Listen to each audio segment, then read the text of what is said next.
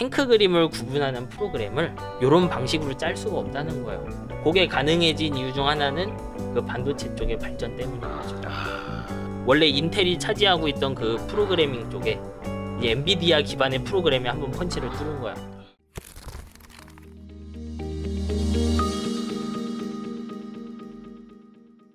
정인성 저자의 오늘 인공지능과 반도체 영상 이걸 왜 들어야 되는지, 그리고 AI 혁명의 미래, 네. 이 책이 여러분에게 왜 필요한지 우선 정의부터 좀 한번 내려보기 시작하죠.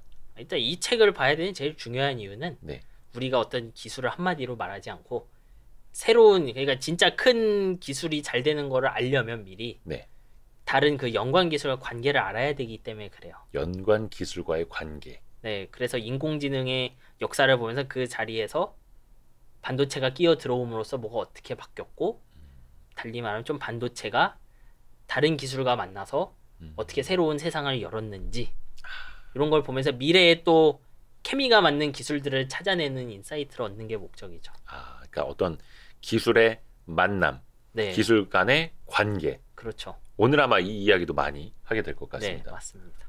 그럼 공저자 그분은 인공지능을 그렇죠. 전공하신 네. 분이고, 이제 저는 반도체 일 했고 네. 말씀드렸듯이, 근데 이게 결국 인공지능이란 것도 잘 보면요, 뒤에서 반도체가 받쳐줘서 된 것도 있고 반도체만으로 안 되는 것들이 있었어요. 네.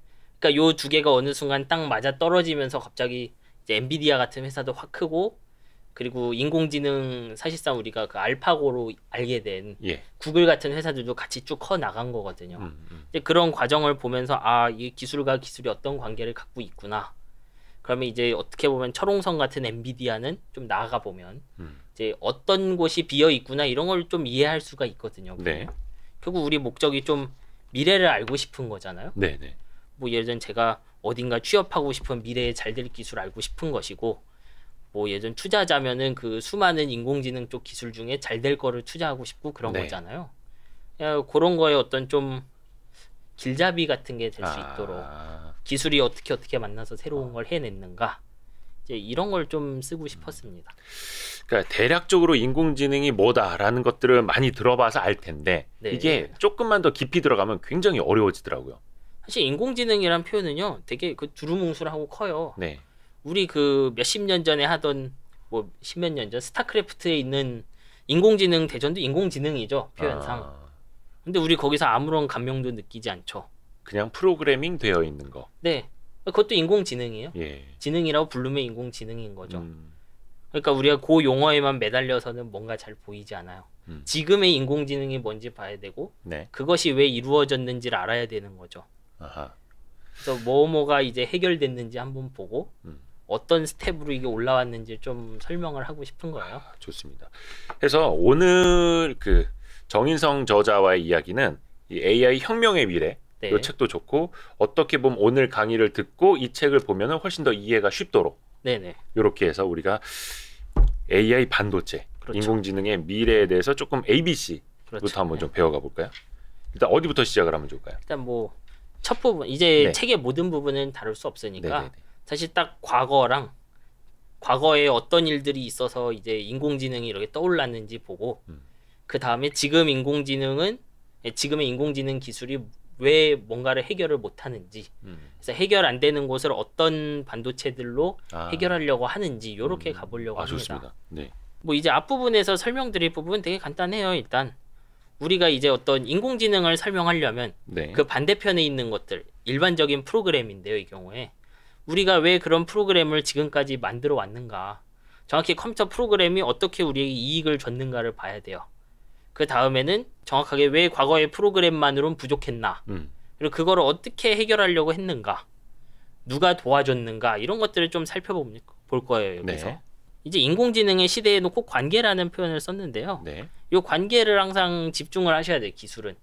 왜냐하면 제가 예를 들면 어디 취업한다고 할 때 난 인공지능 할 거야 라고 주장을 하는데, 네. 2010년 초반으로 가서 대학원을 잘못 택하면 정말 큰일 나요. 제 미래를 아는 입장에서. 네. 예를 들면 예전에 인공지능 하는 사람 중에 이제 용어만 얘기할게요. SVM 이런 거 하던 분도 있고, 네. 지금 이제 잘 나가는 인공신경망 이런 거 하는 사람도 있어요. 근데 이제 그 시절로 돌아가서 SVM 하면 지금은 뭐 할 수 있는 게 인공신경망만큼 크진 않아요. 네. 이름은 인공지능이지만 완전히 다른 물건들인 거죠. 그러니까 이제 좀 그런 걸 이해해 봐야겠죠. 네. 일단 그럼 제일 먼저 봐야 될 건 우리가 흔히 말한 컴퓨터. 여기선 컴퓨터라고 했지만 과거의 프로그램들이에요. 이 프로그램들이 정확히 뭐 하는 건지 좀 알아야 돼요. 네. 이제 우리가 컴퓨터란 게 생기고 나서 왜 이렇게 세상이 편해졌느냐. 결국 이 오른쪽에 보이는 이런 알고리즘들을 우리가 자동화할 수 있기 때문에 그런 거예요. 네. 그러니까 사람이 어떤 일을 하는데 예전에 제가 그 일일이 뭐 들어서 재밌는가를 물어볼 수 있죠. 네. 근데 그거 너무 느리잖아요. 사람을 뽑아서 하면. 예. 근데 이제 제가 어떤 컴퓨터 안에다가 요걸 하나 넣어놨어요. 그러면 자동으로 막 돌아가겠죠. 그렇죠. 그리고 이런 걸 뭐 수만 개, 수십만 개를 막 전 세계에 뿌릴 수도 있어요. 이게 컴퓨터의 장점이거든요, 결국은. 그리고 이 프로그램이란 거는요, 결국 컴퓨터 안에 메모리에 저장되고 요런 형태의 프로그램, 이런 일을 하는 프로그램들은 CPU라는 그 반도체에 인해 수행이 되는 거죠. 네. 뭐 나중에 말씀드리겠지만 요런 식의 프로그램을 우리가 좋아하기 때문에 CPU는 요런 프로그램들을 잘 돌리게 설계를 계속 바꿔왔어요. 인텔 같은 회사가. 결국 요 모습을 보시면 알지만 이거 결국 제가 책 팔면서 하고 싶은 거잖아요. 여기. 내가 왜 여기 나왔겠느냐. 네. 그러니까 내 목적을 구체화한 거예요. 제가. 네. 이제 그래서 재미가 없으면 영원히 듣게 만드는 그런 게 있으면 좋겠지만 뭐 현실적으로 안 되겠죠. 네네네. 사지 않으면 못 나가는 케이스죠, 이거. 그러니까 제가 자의 소망을 이렇게 구체화한 다음에 네. 그 다음에 프로그래밍 언어로 짜는 과정인 거예요. 이게 컴퓨터 프로그램이에요. 저렇게 되면 좋을 텐데. 우리가 예를 들면 C 언어를 배운다 이런 거는요. 네. 요쪽이 제 아이디어고요. 네. 요 아이디어를 컴퓨터가 이해할 수 있게 쓰는 게 이제 우리가 생각하는 일반적인 프로그래밍인 거예요. 그렇죠. 뭐 결국 요런 느낌인 거예요. 그러니까 예를 들면 제가 프로그램 쭉 쓰는데 여기서 재밌으면 책을 사게 만들고 뭐 이제 재미없다 그러면 다시 듣게 만든다 하면 뭐 코드 요런 모양일 거라 이거예요.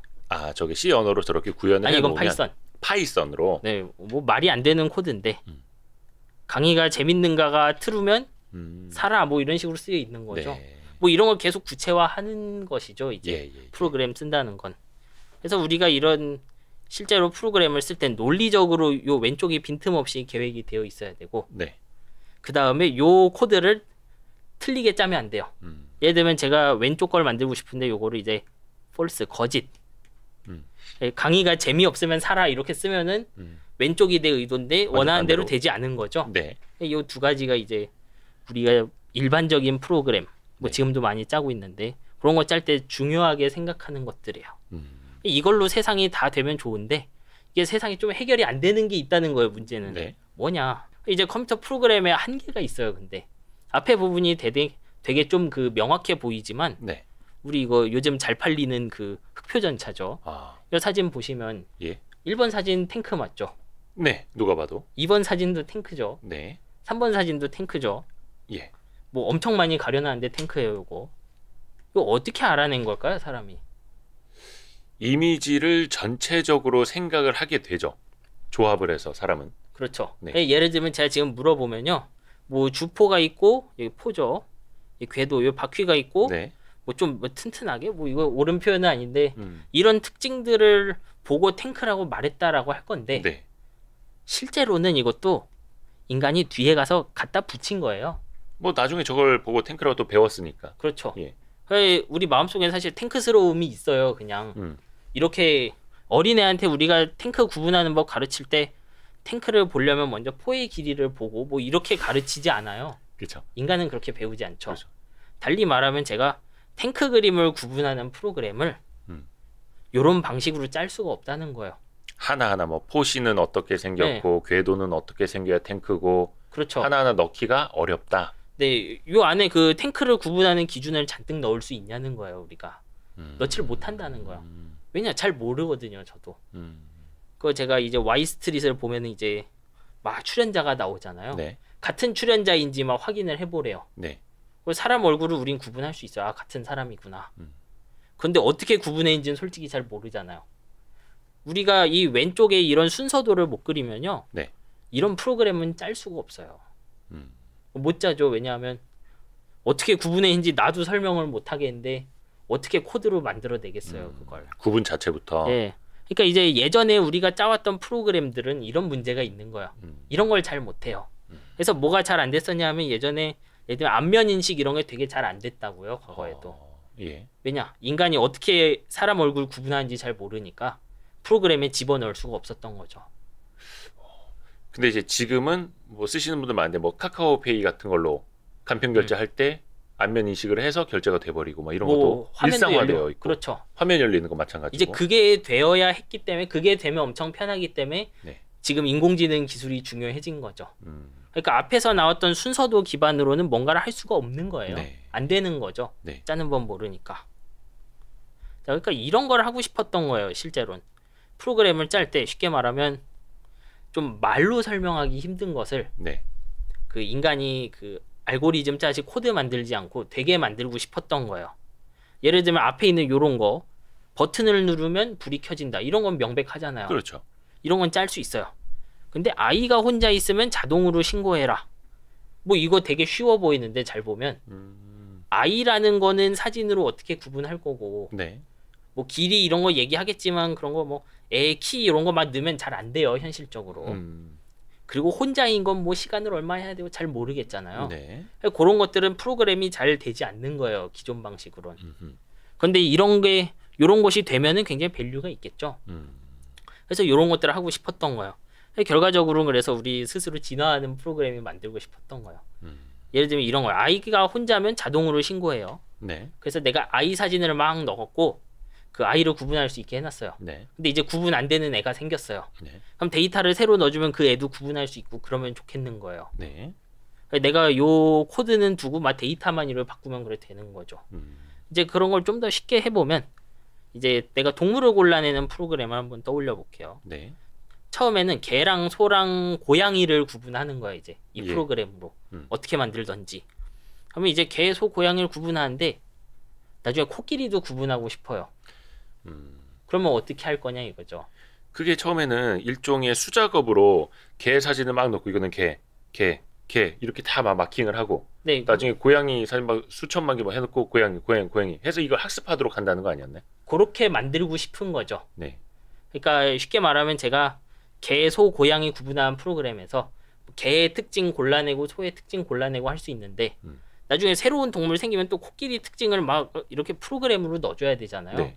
코끼리는 코끼리가 어떻고 몸 크기는 어떻고. 근데 그렇게 프로그램을 바꾸고 싶지 않은 거예요. 코끼리 사진만 잔뜩 넣어주면 네. 코끼리도 구분할 수 있게 되면 좋겠잖아요. 네. 그래야 우리가 할 일이 줄죠. 음. 왜냐하면 앞의 경우는 내가 프로그램 다시 짜야 되고 뒤에 건 사진에 코끼리라고 써서 넣기만 해도 되는 그렇죠. 거잖아요. 그게 잘 안 됐던 것이고 옛날 프로그래밍으로는. 옛날에는 그렇게 이미지를 넣어도 잘 안 됐던 거고. 그렇죠. 그런 것들을 많이 연구했는데 안 되다 최근에나 그렇게 할 수 있게 된 거예요. 이제 그게 차이인 거죠. 이 배워서 변화하게 만드는 것이 굉장히 힘들었던 거예요. 그러니까 뭔가 저 인공지능 프로그램이라는 녀석이 알아서 좀 배워줬으면, 그렇죠. 학습을 해줬으면 좋겠는데 그렇죠. 그게 안 됐던 거고 맞아요. 이제는 그게 가능한 영역으로 가고 있는데 네. 그게 가능해진 이유 중 하나는 그 반도체 쪽의 발전 때문인 거죠. 그게 어떤 그냥 뭐 프로그래밍의 발전이 아니라 그렇죠. 반도체의 발전이 있었기 때문이었던 거예요. 네, 반도체도 요소 중 하나예요. 이제 뒤에를 좀 한번 볼게요. 네. 그럼 이제 과학자들도 이런 거 하고 싶었죠, 당연히. 네. 언제부터 하고 싶었냐면 1960년대부터 하고 싶었어요. 오래됐네요. 근데 다행히도 이 시절에 네. 잘 돌아가는 그 지능의 예시가 있어요. 인간이죠. 인간은 학습하잖아요. 네. 이제 여기 와이스트릿에서도 제가 설명하면 학습 되나? 하여튼 될 거예요. 인공지능 얘기를 하면. 네. 여기. 그러면 이제 인간 뇌세포를 일단 따라 해보고 싶은 거죠. 네. 그럼 인간을 좀 열심히 따라하다 보면 잘 되지 않을까. 그래서 막 따라 해봤어요. 그 이제 결국은 이걸 잘 안 됐어요. 60년대에 안 나왔으니까 실패한 거 알고 있죠. 우리는. 네. 근데 왜 안 되느냐? 일단은 인간의 뇌 동작을 100% 따라할 수는 없어요. 왜냐하면 저는 지금 30몇 년간 스스로 학습을 했잖아요. 네. 근데 예를 들면 인공뇌를 만들어서 30여 년간 제 머리가 받은 거랑 똑같은 자극을 줄 수 있을까요? 그 뇌에다가? 가능하지 않죠. 네. 일단 컴퓨터 소자잖아요. 나온 것도. 네. 그리고 이제 또 하나의 문제가 요거야.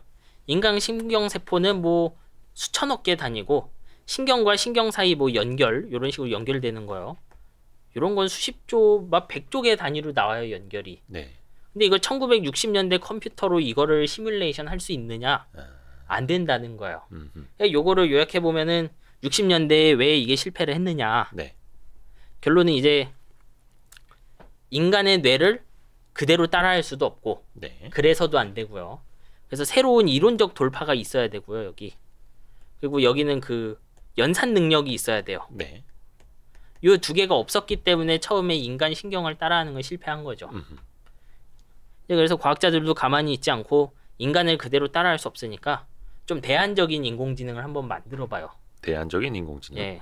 이것도 뭐 잘 되진 않아요. 이거는 이제 처음에 신경망 얘기인데 학습시키는 법을 모르겠다 이런 거죠. 뭐 요렇게 뭐가 많으니까 학습이 이제 그 실행도 힘들고 학습도 힘든 거죠. 그러니까 인간 뇌에는 뭐 요런 세포가 한 1000억 개 있고 네. 요런 연결이 한 100조 개 있는데 요것이 그 어떤 지능을 갖고 원하는 일을 하려면요. 요 녀석들 하나하나가 값이 그 원하는 값이 나오도록 설정이 돼야 돼요. 그러니까 처음에는 모양은 똑같은데 요 선 하나하나의 값이 다 다른 거예요. 네. 인간 뇌는 요게 어떻게 잘 설정돼 갖고 지능을 가지게 되어 있어요. 근데 요 뭐 100조 개가 넘는 어떤 수치가 있는데 이걸 어떻게 지능을 갖는 값으로 찾아가느냐 이게 문제인 거예요. 네네. 학습을 시키려고 해도 이제 우리는 학습을 되게 좀 애매하게 인간처럼 이해해요. 읽으면 외운다 이런 건데 뇌세포 입장에서 읽어갖고 뭔가 외운다는 건 요 뇌세포랑 요 연결 상태가 조금씩 변하는 거예요. 네. 근데 얘들 요거 연결이 강해져야 똑똑해질까요? 낮아져야 똑똑해질까요? 강해져야겠죠. 많아지고 아니 강해져. 그렇지 않아. 필요 없는 데는 약해지고 선택적으로. 필요 있는 곳은 강해지고 그래야 돼요. 근데 내가 어떤 결과값을 봤을 때 요 개별 연결을 강하게 해야 되는지 약하게 해야 되는지 이런 게 좀 애매했던 거예요 그 시절에. 인공적으로 만들기가. 예. 그리고 둘째 문제는 그런 걸 알더라도 이 수많은 녀석을 시뮬레이션 할 수 없었다는 거죠. 하는 법 알아도. 그러니까 당연히 인간을 따라해 보려는 당연한 노력은 실패를 했죠. 그래서 나온 게 이런 대안적인 인공지능들이에요. SVM이 뭐예요? 이제 서포트 벡터 머신이라는 건데 네. 결론은 이런 게 서포트 벡터인데 요거를 찾는 거란 뜻이고요. 이제 용어는 중요하게 여기지 않고 한번 요렇게 해볼게요. 설명을. 예를 들면 제가 이 시절에 인공지능을 만들고 싶은데 네. 개랑 고양이를 구분하고 싶어요. 인공지능으로. 예. 사진을 넣어주면 개가 들어가면 개사진, 개다. 네. 고양이 들어가면 고양이다. 이렇게 대답을 시키고 싶은 거예요. 네. 그래서 어떤 식으로 접근을 하냐 하면 사진을 꺼내갖고 예. 그 사진에 있는 어떤 동물의 눈동자 길이랑 코의 길이를 다 재요. 네. 근데 우리가 생각하기로 개는 고양이보다 주둥이가 길죠. 네. 그리고 고양이는 개보다 그 눈동자가 그 세로로 찢어져 있어요. 그렇죠. 그래서 제가 어떤 동물들 사진을 모아놓고 코 길이랑 눈동자 길이를 재면 그 다음에 그거를 요 2차원에다가 찍어 놓으면 요런 식으로 막 찍혀요. 왜냐하면은 개는 대부분 코가 기니까 내가 새로운 개 사진 나오면 뭐 요런 데 있겠죠. 코 길이가 짧은 개는 뭐 요런 데 있을 것이고 네. 코가 길면 요런 데 있겠죠. 네.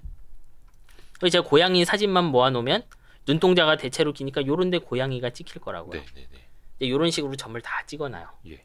이렇게 데이터를 모은 다음에 요 어떻게 보면 요게 군집이잖아요. 네. 요거를 그 평면에서 잘라요. 그러니까 자르는데 가장 정확하게 둘을 분류하는 직선을 찾는 거야. 그러니까 예를 들어 여기 H1이라는 직선 있죠. 네.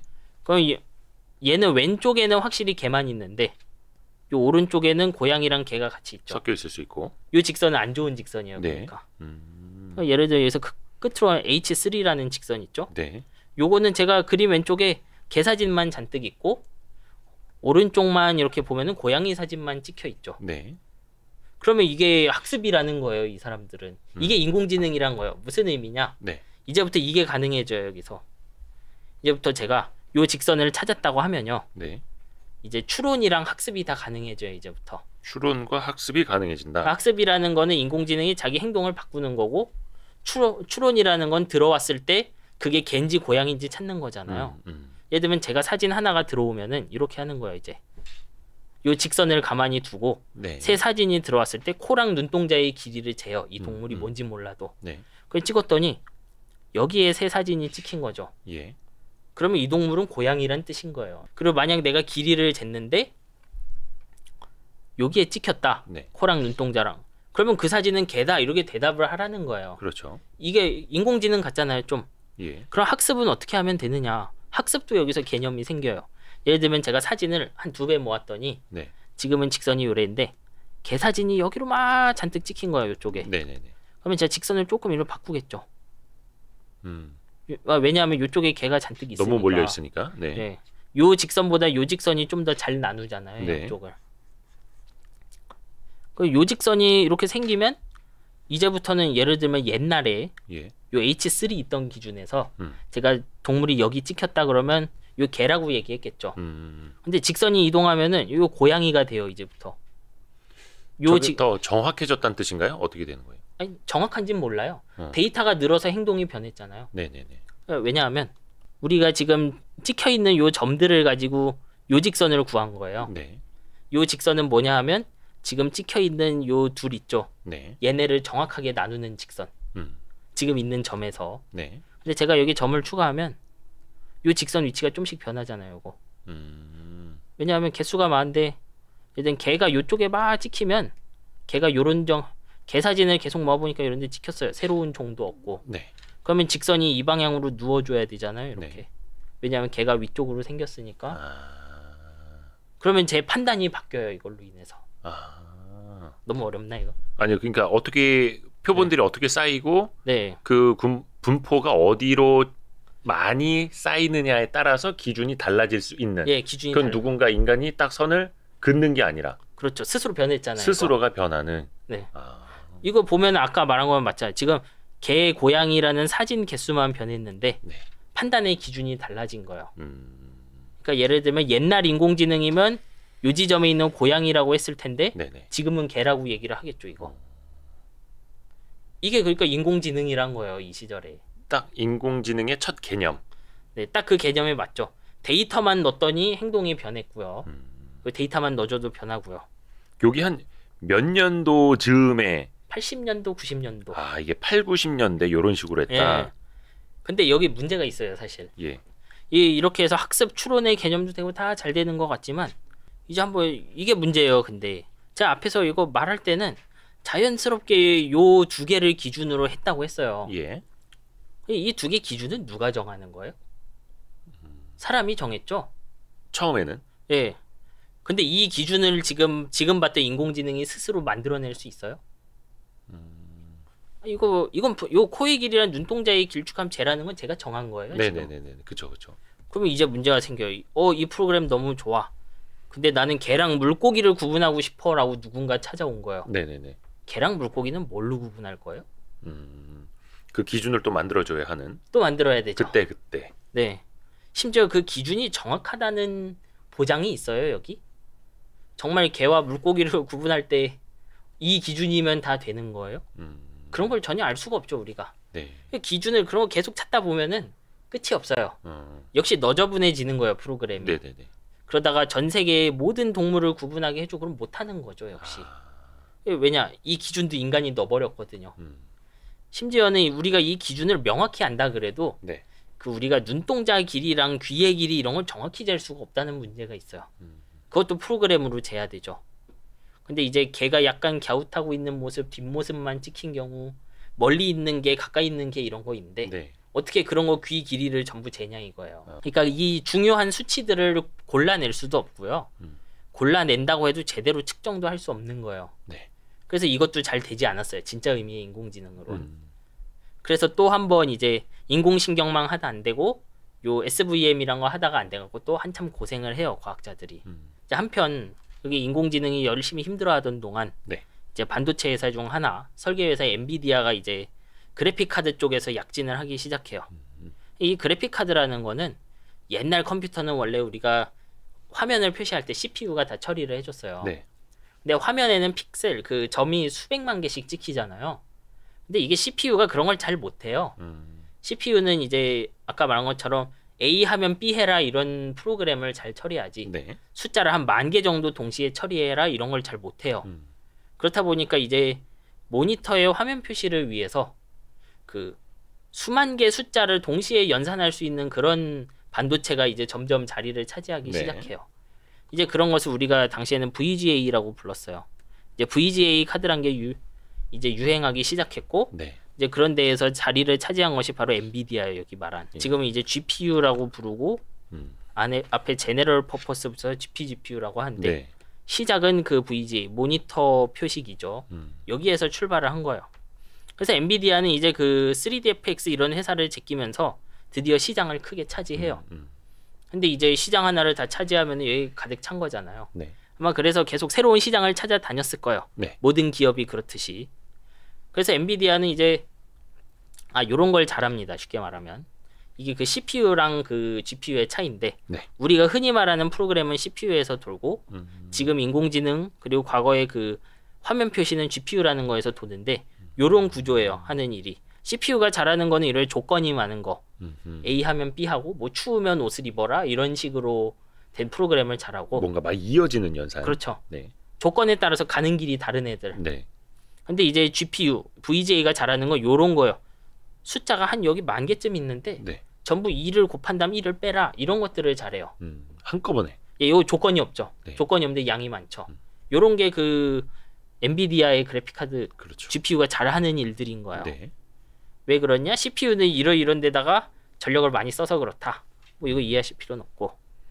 이제 그래서 엔비디아는 자신의 그 영역을 차지했는데 계속 시장을 넓히고 싶으니까 이제 얘네들도 좀 자기들의 칩을 쉽게 쓰게 만드는 그런 도우미들을 많이 만들어요. 네. 이제 그것이 그 엔비디아의 쿠다라는 개념이에요. 쿠다. 예. CUDA. 네. 이 프로그래밍이 힘든 이유가 뭐냐 하면은 사실 네. 익힐 게 많아서 그래요. 익힐 게 많아서. 네. 네. 익힐 게 많고 그리고 남의 거를 많이 써야 돼요. 프로그램 만들 때. 진짜 순수하게 내 프로그램이라는 건 없고 남이 만들어 놓은 어떤 그 기존의 코드를 가져와서 내 거에 붙이고 하는 게 이제 프로그래머가 많이 하는 일이거든요. 네. 근데 이런 그 이미 만들어진 프로그램은 어디 많냐 하면 그 시절 기준으로는 인텔 CPU용으로 되게 많아요. 왜냐하면 그때 인공지능이 없었으니까 네. 프로그램이라고 하면 당연히 노트북, 컴퓨터 이런 데서 돌아갈 거잖아요. 그럼 그런 데 들어가 있는 다 인텔 CPU니까 인텔을 중심으로 소프트웨어 생태계가 갖춰져 있어요. 그렇죠. 근데 엔비디아 입장에선 자기들의 그 GPU를 쓰게 하고 싶은데 이제 요런 GPU 쓰게 하고 싶은 거죠. 네. 연산력은 좋은데 문제가 기존 CPU 코드로 안 돌아간다는 거예요, 이게. 왜냐하면 반도체는 자기 언어를 갖고 있기 때문에 제 인텔용으로 쓴 코드는 여기에만 들어가지 그냥은 여기 들어가지 않아요. 이걸 쓰기 위해서 코드를 다시 써야 되는 거죠. 그러니까 엔비디아가 했던 일은 좀 일을 줄여주는 거예요. 엄청 많이 다시 쓸 필요는 없게 만들어주는 것이죠. 이제 그게 쿠다인 거예요, 쉽게 말하면. 그리고 요 쿠다는 뭐 완전히 인텔 CPU를 잡아먹겠다 이런 식으로 개량하지 않고요. 그 숫자 연산이 엄청 많이 필요한 부분에 쓰게 해주겠다. 요런 식으로 접근을 해요. 그래서 대규모 단순 병렬 연산 많은 곳, 숫자 수백만 개, 수천만 개 곱해야 되는 그런 곳을 도와주기 위한 형태로 이게 진화를 하죠. 그러니까 예전 슈퍼컴퓨터에 쿠다를 쓰면 좋고 대규모 물리 연산, 뭐 우주 시뮬레이션 이런 거에 쿠다를 쓰면 좋고 요런 식으로 계속 진화를 시켰어요. 물론 그래도 이제 인텔 CPU보다 코드가 적기 때문에 쓰기는 좀 힘들었죠. 근데 이제 여기서 좀 변화가 생겨요. 이 쿠다라는 거 한마디로 정의 내리자면은 프로그래밍 뭐 언어 뭐 이렇게 정의를 내리면 도우미 코드 같은 거죠. 코드. 도우미 정확하게 코드. 그 엔비디아는 네. 그런 그 도와주는 코드들도 쿠다라고 부르고요. 네네네. 그 밑에 그 우리 컴퓨터랑 그 그래픽 카드가 통신하는 부분 코드도 쿠다라고 부르고 네. 자기들 그 GPU 안에 있는 연산 단위 있죠. 네. 실제로 계산하는 부분 그것도 쿠다라고 불러요. 엔비디아는. 넓은 의미로. 네. 그러니까 그 쿠다라는 네이밍을 그 맨 밑에 칩에서부터 소프트웨어까지 다 통일을 해놓은 거예요. 이제 그래서 엔비디아가 뭐 한참 그 그래픽 카드 가지고 싸우고 있고, 네. 그리고 인공지능은 잘 안 되고 있었잖아요. 그러던 중에 이제 그 캐나다의 한 단체가 아마 이게 정부 단체일 건데 그 쉽게 말하면은 돈을 주겠다 이런 식으로 제안을 해요. 네. 이제 공고를 뿌려요. 쉽게 예, 말하면. 예. 근데 이 조건이 뭐냐 하면 한 10년 정도는 상용화 안 될 정도로 어렵고 그 이제 좀 신기하고 뭔가 참신한 기술 있죠. 그런 걸 시도하는 사람들을 모으겠다고 얘기를 해요. 네. 그래서 이제 캐나다로 처음에 그 인공지능 하던 사람 중에 인간 따라하려는 사람들 있죠. 네네네. 그 사람들이 그래서 캐나다로 돈을 받으러 다들 가요. 왜냐 인공지능 기술 잘 안 되니까 사람들 펀딩 이제 투자가 끊겼을 거잖아요. 네네네. 대학원생도 안 들어오고 뭐 돈도 안 들어오고 하니까 그래서 캐나다로 대규모로 이렇게 옮겨가기 시작해요 사람들이. 그리고 그 틈에서 이제 그 힌튼이라고 부르는 저 인공지능의 아버지에 가까운 사람이 예. 캐나다로 넘어가게 돼요. 아. 지금도 그래서 캐나다는 인공지능에서 유명해요. 아, 그래요. 네. 이제 그리고 캐나다에 있는 동안 이 인공지능 학자들은 기존에 봤던 그 학습이 잘 안 된다. 예. 그 인간 뇌세포 뭐 1000억 개고 뇌세포 간 연결은 100조 개가 넘는다고 했잖아요. 네. 그 연결이란 뇌세포들의 값을 잘 조정해줘야 지능이 생기는데 그 수백 조 개에 있는 그 연결들을 사진 하나 보고 전부 값을 조금씩 바꾸는 법을 모르는 거죠. 그래서 그거 바꾸는 법도 막 연구를 해요. 네. 뭐 그게 역전파 방법론이에요. 역전파 방법론. 예. 뭐 이게 뭔지 이해할 수 없는데 예를 들면 요런 이론적 발전들을 통해서 그 인공신경망을 드디어 그 어떤 지능 비슷한 걸 가질 수 있도록 학습을 시킬 수 있게 되는 거예요, 이제. 네. 그러니까 이제 학습은 시킬 수 있는 거죠, 여기서. 근데 학습은 오케이인데 우리가 앞에서 봤던 그 내용. 이제 이 수많은 뇌세포들을 어떻게 구동할 거냐. 네네네. 요 문제가 생겨나죠. 막 연결도 많고 뭐 이렇게 생겨 있었잖아요. 네네네. 근데 요거를 어떻게 구동할 거냐 문제는 여전히 남아 있어요. 캐나다에 가도. 왜냐 이 사람들 뭐 반도체나 컴퓨터 만드는 사람 아니거든요. 인공지능 이론 학자들이죠, 실제로. 네. 이제 그래서 그 답을 어디서 찾았냐 하면 이 사람들이 엔비디아 GPU에서 찾은 거예요. 아. 그러니까 이게 말씀드렸지만 요 인공신경망의 요 부분들은 결국 다 숫자거든요, 이게. 그 CPU한테 시키면은 요 숫자를 하나하나 다 거치면서 계산을 해야 돼요. 이거 너무 오래 걸리고. 예. 근데 그 GPU를 사용하면 이거를 덤프트럭처럼 한 방에 가져가서 숫자를 동시에 계산할 수 있는 거죠. 네네. 그러니까 인공지능 하는 사람들이 안 거야. 아, 요거를 써봐야겠구나. 그래서 이거를 써보기 시작합니다. 그래서 쓰기 시작하니까 결과가 좀 굉장히 좋아요. 얼마나 빨라지느냐 하면 당시 기준으로 이게 논문 2009년도 논문이죠. 2009년. 예, 여기 보면은 이제 차이는 대충 뭐 5배에서 15배다. 요 정도가 나오는 거야. 야, 학습에 걸리는 시간이거든요, 이게. 예. 근데 요거를 쓰려면 대신 어떠냐 하면은 그 엔비디아 쿠다를 익혀야 돼요. 5배를 얻는데 대신 공부를 해야 된다. 공부 안 해도 되는데 5배 느리다. 뭐를 택하겠냐 이거죠. 여기서 캐나다의 학자들은 쉽게 말하면은 쿠다를 배우는 대신 5배 빠르게 돌리는 걸 결정한 거예요. 네. 그러니까 이제 쿠다를 최초로 이 좀 돌아가는 인공지능에 인텔 CPU보다 쿠다가 먼저 발을 디딘 거예요, 이렇게. 왜냐, 주는 이득이 5배나 됐으니까. 그렇죠. 이 5배라는 건 제가 예를 들면 뭐 신경망 하나 학습하는데 8시간 걸린다고 하면 CPU에서 네. 하루에 한 번 할 수 있죠. 네. 근데 이게 5분의 1로 줄면은 하루 한 4번은 해보겠죠. 그렇죠. 퇴근할 때까지. 네. 그러면 발전 속도가 달라요.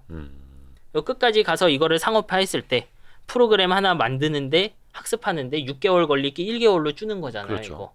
그러면 이거는 그 완전히 요거를 바꾸는 문제인 거예요. 그러니까 요거를 쓸만한 거죠. 그렇죠. 안 쓸 수가 없죠. 이렇게 해서 어떻게 보면 원래 인텔이 차지하고 있던 그 프로그래밍 쪽에 이제 엔비디아 기반의 프로그램에 한번 펀치를 뚫은 거야. 모르게. 그러면서 쿠다라는 것도 활용도가 더 네. 많아졌을 거고. 이제 그러다가 이제 그렇게 계속 쿠다를 쓰며 발전하다가 3년 뒤죠. 드디어 좀 큰 대회에서 이제 두각을 나타내요, 인공지능이. 아, 이게 어떤 대회 이름이에요? 예, 이미지넷은 대회 이름인데 네. 쉽게 말하면 사물 종류를 구분하는 그런 인공지능이에요. 사물을 사물의 구별하는? 종류들. 예. 아하. 뭐 비행기, 동물, 사람 이런 걸 잔뜩 놓고 아. 한 만몇 종류 이렇게 있는 걸로 아는데 저거를 빨리빨리 누가 예. 빨리 구분하나 그 정확하게 대회. 빠르고 정확한가. 아. 근데 요 대회가 사실 기존까지는 1년에 한 2-3%씩만 개선이 됐거든요. 에러율이. 근데 갑자기 2012년에 에러율이 막 이렇게 퍽 떨어져요, 이만큼. 근데 요게 그 인공신경망으로 만든 물건이에요. 그러니까 그 사물을 구분하는 인공신경망이 들어온 거예요, 여기. 네. 이제 쉽게 말하면 우리 생각하는 인공지능이 들어온 거죠, 네네. 여기에. 그러면서 이제 회사들이 드디어 눈치를 채요. 아, 이거 인공신경망으로 돌리면 사물 구분을 잘 하는구나. 그러니까 엔비디아 GPU 같은 걸 돌리면 네. 훨씬 더 빠르고 잘 되는구나. 예, 그러니까 요 2012년에는 이론적 발전이랑 그 캐나다에서 했던 수많은 그 신경망 학습 잘 안 된다고 했잖아요. 네. 학습시키기 위한 이론적인 수단이 마구 들어가고요. 그리고 그 수단들을 써보기 위해서 GPU를 아주 적극적으로 써요, 이거는. 남들 인텔 CPU 막 이런 거 쓰고 있을 때 그래픽 카드 가져와 갖고 이제 컴퓨터 만들어서 쓴 거죠, 여기는. 그렇게 해서 대회에서 우승을 하죠. 이제 그 뒤에 이제 13년, 14년, 15년 이때부터는요. 계속 인공신경망이 이겨요, 이 대회는. 나중에 가면 요 에러율이 어디까지 떨어지냐 하면 그 인간보다 좀 낮아져요. 네. 그 인간 어디 대학원생이라 그러는데 그것도 그 대학원생보다는 그 인공지능이 좀 더 사물구분 잘하게 되죠. 아, 오히려. 네. 이제 이렇게 되면서 인공지능의 가능성이 보이잖아요. 네. 가능성이 보이니까 사람들이 마구 쓰기 시작해요. 그러니까 인공지능이 되니까 잘은 모르지만 써보고 싶잖아요. 네. 근데 써보고 싶으면 어떻게 해야 되냐면 잘은 몰라도 그 연구원들이 했던 거 똑같이 차려놔야 돼요. 그러면 뭐부터 사냐? 당연히 엔비디아 GPU를 사 써본다고요. 네. 인공지능 하던 사람을 뽑은 다음에 해달라는 거 다 해줘야죠. 그 엔비디아 GPU 이거 해봐야 뭐 몇백만 원, 천만 원 하잖아요. 엄청 좋은 신기술이 나왔는데 그 정도 돈을 아끼겠느냐 이거죠. 그렇게 하면서 인공지능이 한번 구멍을 뚫으니까 엔비디아 GPU의 수요가 마구마구 올라가는 네, 거예요. 그렇죠. 이 시점이 되면 이제 경쟁자인 AMD가 이 공짜로 줘도 소용이 없어요. 아, 이미 거기에다 익숙해져 있고 엔비디아의 쿠다를 그렇죠. 기반으로 쓰고 있으니까 이미 그런 코드가 온 세상에 퍼져 있기 때문에 엔비디아 그래픽 카드를 줘도 소용없는 거예요. 회사는 공짜 그래픽 카드를 사서 이제 당근에 팔고 싶은 게 아니잖아요. 네, 네. 그 그래픽 카드를 껴서 연구원에게 제공한 다음에 인공지능을 만들어라 하고 싶은데 AMD에서 뭐 사오면은 이거 어떻게 쓰는 거야? 라고 물어보겠죠. 아예 도구 자체가 다른데. 그렇죠. 이거에 맞게 돌아가는 코드도 없고 네. 그러니까 엔비디아가 이쪽에서 마구마구 치고 나가는 거예요. 그렇죠. 이거 어떻게 보면 반도체의 중요한 점인데 반도체는 낀다고 돌아가는 게 아니고 그 반도체를 돌리기 위한 프로그램이 전 세계에 존재하는 게 되게 중요해요. 끼자마자 돌릴 수 있는가. 제 그 업무용 노트북엔 그 엔비디아 GPU 꽂혀 있어요. 네. 예, 꽂혀 있고 그러면 제 인터넷에서 코드 받는 거 이제 GitHub 이런 데인데 네. 그런데 가서 인공지능 코드 받아와서 실행하면 실행이 돼요. 근데 제가 AMD 그래픽 카드 있는 걸로 하면은 열의 9은 안 될 거예요. 아. 왜냐 그 코드 만드는 인공지능 학자들도 내가 AMD 거 왜 지원해줘 이런 생각이거든요. 아무도 안 쓰잖아요. 나는 왜 안 쓰냐? 걔들이 지원 안 해주니까. 걔들은 왜 지원 안 해주느냐? 아무도 안 쓰니까. 네. 요런 구조가 성립하면서 엔비디아가 크게 확장하는 거예요. 이렇게 긴 빌드업이었지만 이렇게 해서 새로운 반도체 하나가 시장을 크게 차지하게 되는 거죠. 그러면서 이제 세계를 휩쓸기 시작해요. 쿠다는. 그렇죠. 아까 말한 2012년 대회에서 얘가 휩쓸기 시작하니까 이제 연구자들이 뭐 하나 조금씩 바꿔서 막 올려봐요. 네. 알렉스넷에서 뭘 바꿨다, 뭐 레즈넷, 뭐 그냥 새로운 것들이에요. 그냥 그런 거 쭉 만들어서 여기도 올리고 저기도 올리고 논문도 써봐요. 근데 이 사람들 그거 실험하려고 뭘 썼겠어요? 엔비디아 거 그냥 가져다 쓴 그렇죠. 거예요. 이게 그러니까 완전히 기술적 표준이 되는 거네요. 그렇죠. 나 빨리 논문 써서 그 교수 돼야 되겠는데 언제 AMD로 뭐 이거를 옮기고 있어요. 그러니까 지금 쓰던 노트북 버리고 엔비디아 거 껴져 있는 거 써야죠. 아하. 그건 인생에 비하면 싼 거잖아요. 그렇죠. 지금 반도체는 싼 거예요. 그렇게 예. 보면. 그리고 구글 같은 그 큰 회사들이 역시나 그거 기반으로 논문도 쓰고요.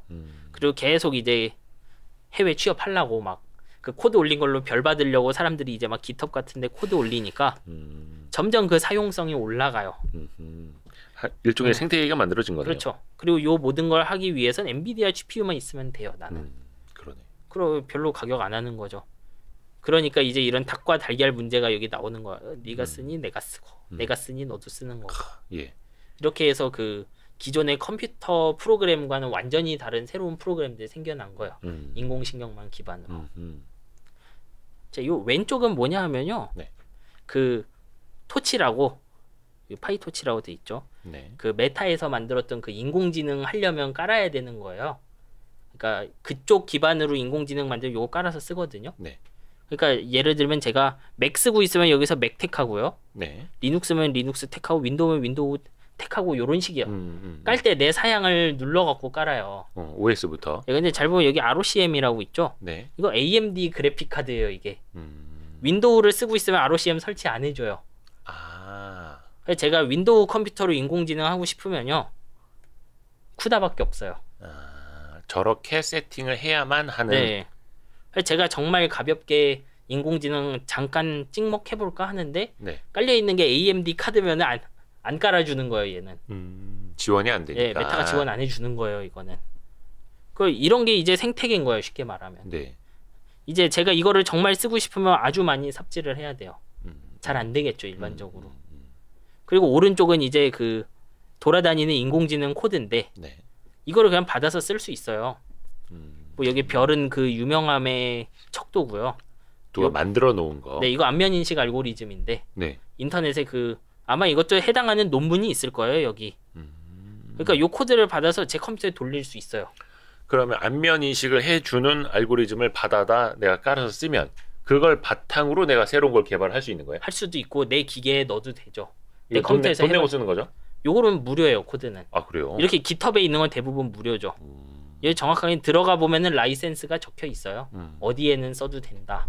상업용으로는 안 된다. 상업용으로도 맘대로 써라 이런 게 있어요. 네네네. 종류에 따라서. 근데 보통 이제 대학원생이 해놓은 건 그냥 무료로 막 풀려 있죠. 근데 요것도 역시 돌려보려면 뭐가 있어야 된다? 엔비디아 카드 있어야 돌아가는 거야. 여기다가 나 AMD 카드 쓰는데 안 돼 그러면은 쓰지 마라고 대답할 가능성이 높아요, 여기. 그렇게 해서 이 완벽한 생태계가 조성이 네. 돼 있어서 다른 거는 뭐 이제 침범을 할 수도 없는 거고. 예, 당연하죠. 왜냐하면 요 안면 인식 알고리즘 하는 사람들 컴퓨터 전문가가 아니에요. 인공지능 전문가지. 근데 언제 AMD 카드를 배워서 하고 싶어요. 자기 잘하는 것만 하고 싶지. 왜 지원을 안 해준다고요, 그러면. 이해가 갔습니다. 뭐 그 이외에 요런 것들도 생태계죠. 사람이 모여야 질문 답변도 할 수 있고 네. 설명서도 꼼꼼해야 되고 그리고 과거 질문 답변 이력 이런 것도 많아야 검색해 볼 수 있죠. 아, 그렇죠. 그리고 성능은 이만큼 좋고 CPU보다 음. 성능은 엄청 좋고 생태계는 빵빵하고 그러니까 저걸 쓸 네. 수밖에 없고. 그러니까 인공지능을 쓰는 거죠. 그래서 요 앞장에서 정리를 해보면 네. 결국 반도체 혁신이냐 혁신을 위한 반도체냐 결국 이거는 그 두 개가 같이 맞아 떨어졌다는 거예요. 맞물린 거다. 네. 반도체의 혁신과 혁신을 위한 예. 반도체가 맞물려진 거다. 그러니까 캐나다의 연구팀들이 그 학습 잘 시키는 방법을 못 알아냈으면 네. 엔비디아 GPU로 인공지능을 못 해요. 왜냐하면 내가 그 수억 개 있는 그 인공신경망 내부의 값들을 계산은 할 수 있는데 열심히 계산해봤자 쓰레기값만 나와요. 왜냐 일 잘하게 학습을 못 시키잖아요. 그렇죠. 시간도 오래 걸리고. 반대로 엔비디아 칩이 없으면 또 힌튼 팀이 아무리 열심히 해도 소용이 없어요. 왜냐하면 분명 잘 되긴 하는데 상업적으로 의미가 없게 느리거든요. 느리고 돈이 많이 들죠. 그렇죠. 그러니까 요 두 개가 딱 맞아 떨어지는 순간인 거예요. 새 기술이 나오는 게. 우리 그 모바일 폰도 그런 거였잖아요, 사실. 이제 모바일 폰 같은 것도 원래 인텔 CPU가 전 세계에 프로그램 담당하고 있었는데 사람들이 그 휴대 기기를 되게 원했어요. 네. 그러니까 돌아다니면서 웹서핑만 되면 되는데 네. 인텔 CPU는 너무 기능이 많고 전력을 많이 썼죠. 그러니까 웹서핑은 되고 전력은 엄청 좁게 쓰고 그 사무용 그 업무는 못 보고 이런 칩을 스마트폰에 박은 거잖아요. 그러면서 스마트폰 생태계 생겼듯이 네. 여기도 똑같은 게 생긴 거예요. 덤프트럭처럼 그 숫자 연산을 잔뜩 하는 칩이면 된다. 네. 딴 건 필요 없다. 그것만 있으면 여기서 새로 이론적인 돌파를 이룬 팀들이 완전 새로운 걸 할 수 있었던 거죠. 그럼 여기서 한번 고민해볼 문제. GPU는 CPU보다 우월하냐? 반도체 자체도 혼자는 혁신이 아닌 거예요. CPU도 우수하고 GPU도 우수한 거예요. 네. 여기서 차이였다고 하면 그 캐나다의 인공지능 팀이 개발했던 새로운 학습 알고리즘들이 GPU에서 잘 됐다는 거예요. 여기서 궁금한 게 엔비디아는 그걸 의도한 건가요? 아니면 얻어 걸린 건가요? 한 반쯤 얻어 걸렸다고 봐야죠. 그러니까 그 캐나다 연구팀이 네. 엔비디아 걸로 이제 써보자. 그러니까 GPU를 써야 되는데 우선은 엔비디아 걸로 해보자 해서 거기에서 생태계가 발현이 된 거고. 그렇죠. 정확하게는 엔비디아는 그 그래픽 카드 시장 차지하고 나서 네. 새로운 시장 찾으려고 쿠다라는 걸 만들었다고 했잖아요. 네네네. 프로그래밍 쉽게 하는 거. 네. 근데 그게 인공지능을 노린 건 아니에요. 그러니까 전체적으로 그 진입 장벽을 좀 낮춰보려고 네. 이것저것 하여간 편해 보이는 걸 다 갖다 넣은 거에 불과하고. 일단 땅을 일궈놨는데 그렇죠. 캐나다 과학자들이 와서 거기다 막 모종 씹고 막 이렇게 그렇죠. 해서 막 숲을 만들어 놓은 거네요. 그래서 캐나다 과학자들이 이제 너무나 연산해야 될 숫자가 많으니까 예. 불편하고 귀찮은데 그 초기에 쿠다를 가져다가 막 이것저것 해본 거예요. 막 이렇게 써보고 저렇게 해보고 그렇게 해서 발전하니까 이제 엔비디아도 이걸 눈치를 챘던 것 같아요. 그래서 시간이 지나면 쿠다가 좀 슈퍼컴퓨터 중심으로 뭐가 나오다가 나중에 나의 그 한 줄만 넣으면 인공지능 관련 연산 따라락 때려주는 식으로 변해요. 쿠다가. 네. 아마 그 쿠다를 쓰는 쪽에서 해서 엔비디아한테 질문을 했겠죠. 나 요런 계산하고 싶은데 어떤 식으로 쓰면 되냐. 그래서 일단 알려주고 그 다음에 기능을 추가했을 거라고요. 엔비디아가 그 아까 그 캐나다 연구단체 시파? 엔비디아는 그냥 사이파? 시파? 예. 어떻게 읽어요? 거기 하여튼간 예. 네. 야 엔비디아가 그냥 땡큐 시파네. 아니 그렇죠. 근데 이거 대기업 입장에서 어디서 혁신이 날진 잘 몰라요. 야. 그거 모르지만 이제 어떻게 보면 토양을 좀 읽어놨으니까 가능한 거예요. 여기 때문에 엔비디아 사세가 그럼 확 커졌다라고 그렇죠. 봐도 과언은 인공지능 아니에요. 장인이 된 거잖아요. 그래서 그렇죠.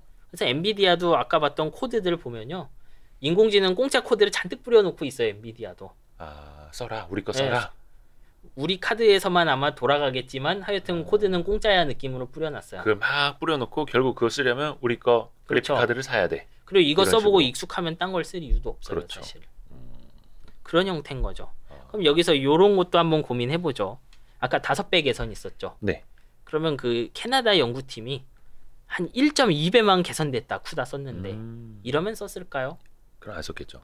네, 왜냐하면 굳이 새로 배우는 건 힘든데 그렇죠. 리턴은 20%니까 안 썼을 그 거라고요. 시간을 투입하면서 할 필요가 없었을 거고. 그러니까 요거는 이제 제가 미리 말씀드리지만 네. 뭐 수많은 인공지능 반도체 회사들 나오는데 음. 엔비디아보다 얼마 조금 더 좋아 요런 건 큰 의미가 없어요. 여기서 이제 엔비디아가 생태계 채우는 과정을 보면 아예 안 되는 영역을 쳐야 돼요. 그렇게 해서 그 사용자가 좀 불만이 많아도 쓸 수밖에 없는 환경이어야 되죠. 왜 불만이 있어도 썼겠느냐? 그 캐나다에서는 5배나 빠르니까. 그렇죠. 컴퓨터로 하는 것보다 어색하고 잘 못하겠지만 너무 빠르니까 5배나 빠르면 내가 논문으로 상대 팀을 압도할 거라고요. 논문 나오는 그렇죠, 속도가. 그렇죠. 그러니까 써본 거죠. 그런 영역들을 찾아가는 것이 이제 묘미겠죠 앞으로. 그게 바로 반도체 혁신과 혁신을 위한 반도체가 맞물렸다라고 표현을 그렇죠, 하신 네. 거고.